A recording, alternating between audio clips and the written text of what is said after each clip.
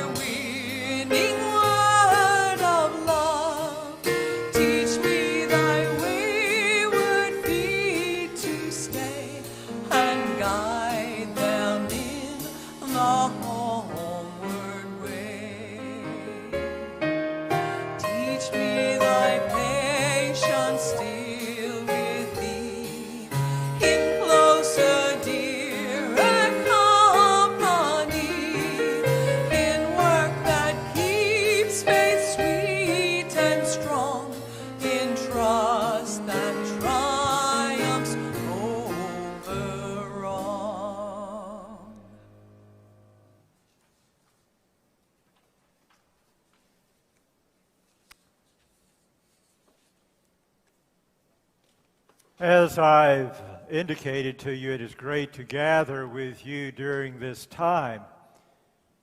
And what a time it is.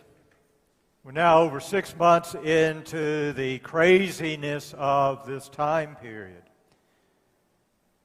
I assure you that during this time we think of you, we pray for you, we have high hopes for you. It's a difficult time even when we're not facing these sorts of things, when COVID is not right in front of our faces, when our lives are not so drastically changed as they are now. I found myself considering various things and thinking about you and about us and about how we continue to be who God has called us to be in this place and in this world. And I must tell you, it's a bit strange, the ways in which we see things happening. As I began to ponder the various things that are going on, one question kept coming up for me over and over and over again, so I'm going to pose it to you.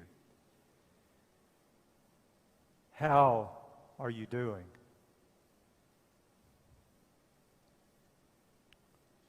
How are you doing?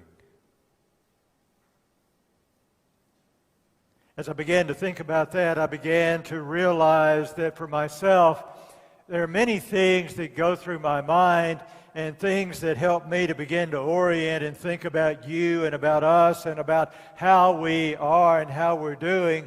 And then I began to realize that for myself, there are 3 words that just seem to be at the front of my thoughts.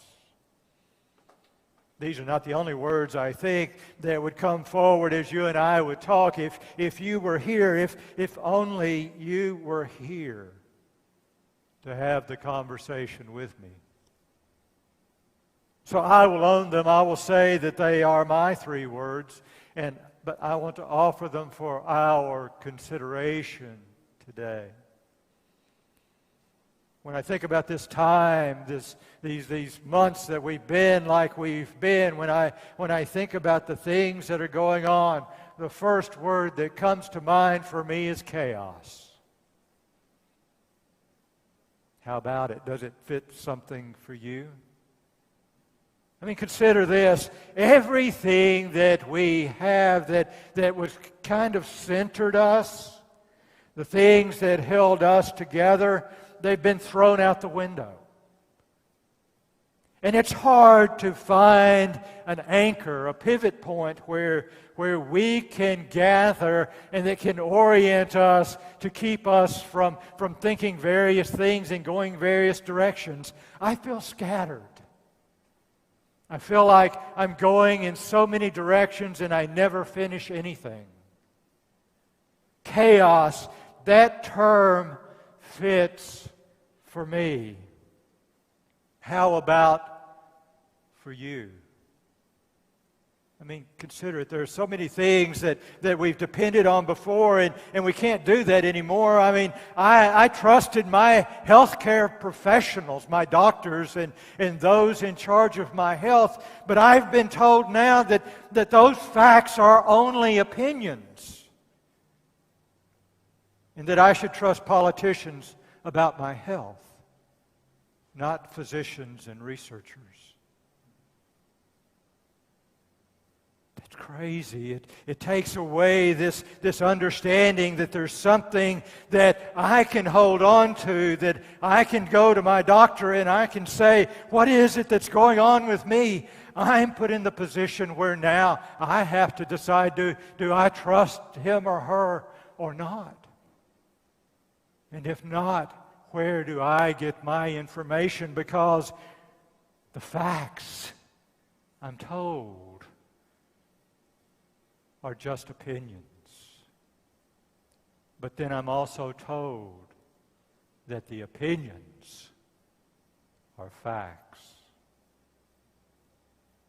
Those places that we've always gone that helped us to focus, those places we have gone, those times when we've met together with people that we know, when we've gone to lunch here, there, or we've gone out to dinner here, or we've come to church, come to worship in this place, this space with people we know and we love, and we can't do it like we used to do it. It's chaotic.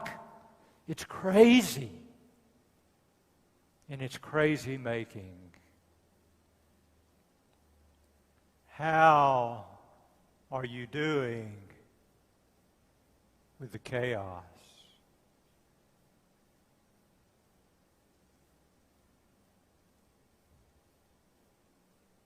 The second word is grief.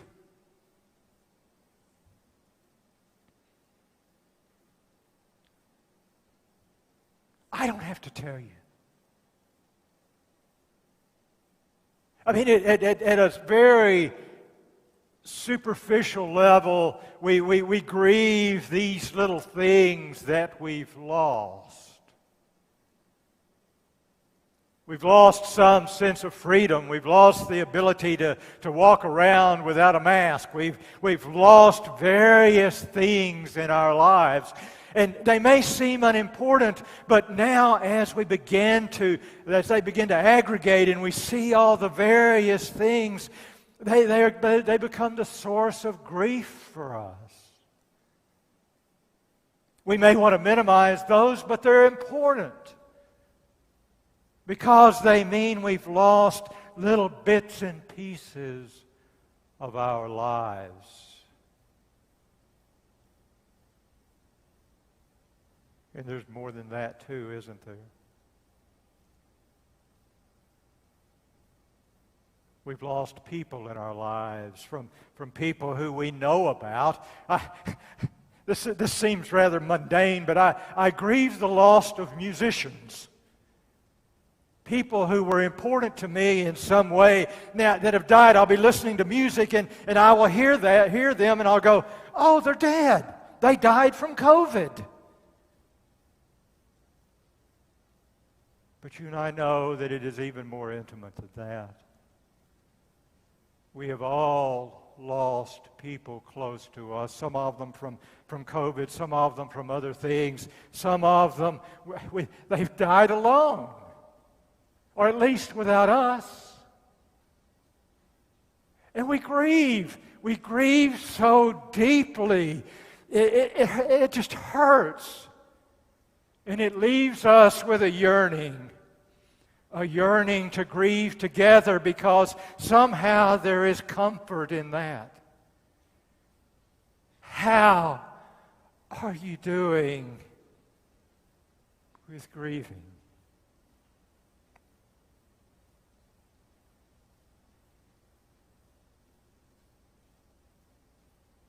The third word that comes to mind for me is fear. I see so much fear. And I am so afraid.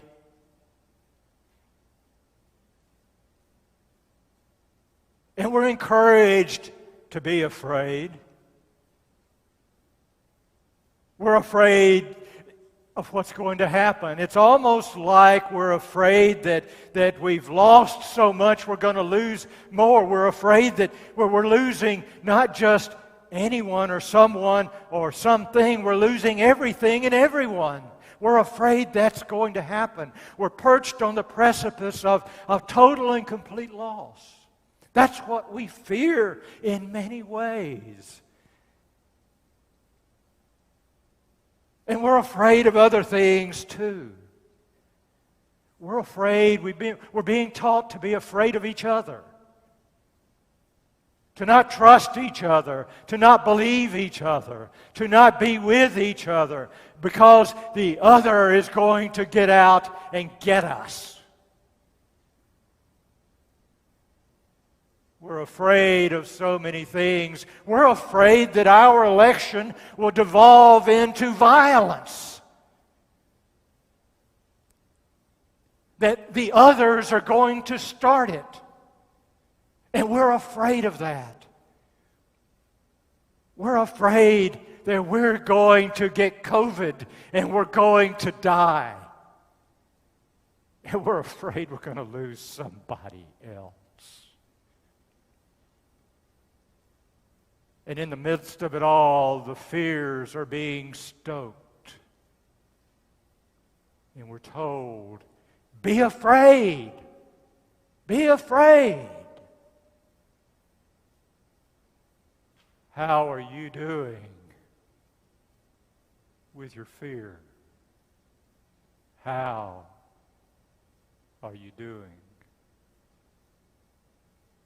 I've always been a person who holds on to something. I can't not have something that centers me, that gathers me, that becomes my focus, that I know there I can find something stable, something hopeful.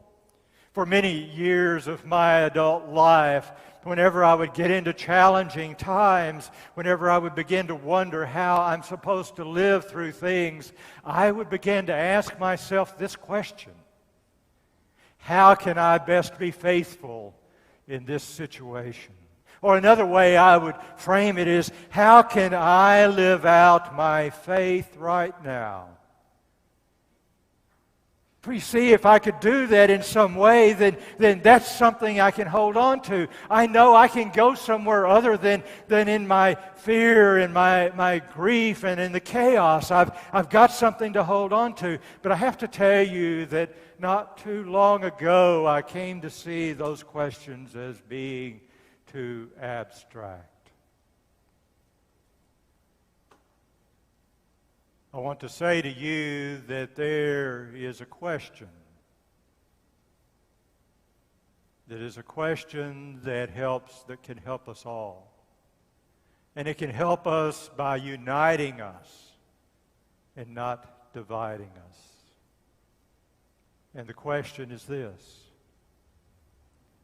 what can I do to show my deep concern for my neighbor? What can I do to show my deep concern for my neighbor? See, that's not an abstract question. It's not something that allows me the luxury of evading things and daydreaming and theologizing and all of those kinds of things. It's something that draws me into action. And it draws me into action for this simple reason: showing my deep and unabiding concern for my neighbor is how I love. And it's how I love God, and it's how I love others. But here's the thing. Here's the beauty of this whole thing. It's not the answers that unite us. It's not the answers that bring us together and give us the stability that we seek in these crazy, crazy times. It's asking the question together: how can I love my neighbor? How can I show my deep concern for my neighbor? You see, it is in the very act of asking that question, when we all ask it, that you and I become aware of the wonderful, abiding, and calming presence of God in our lives. Because it is the ultimate question about love.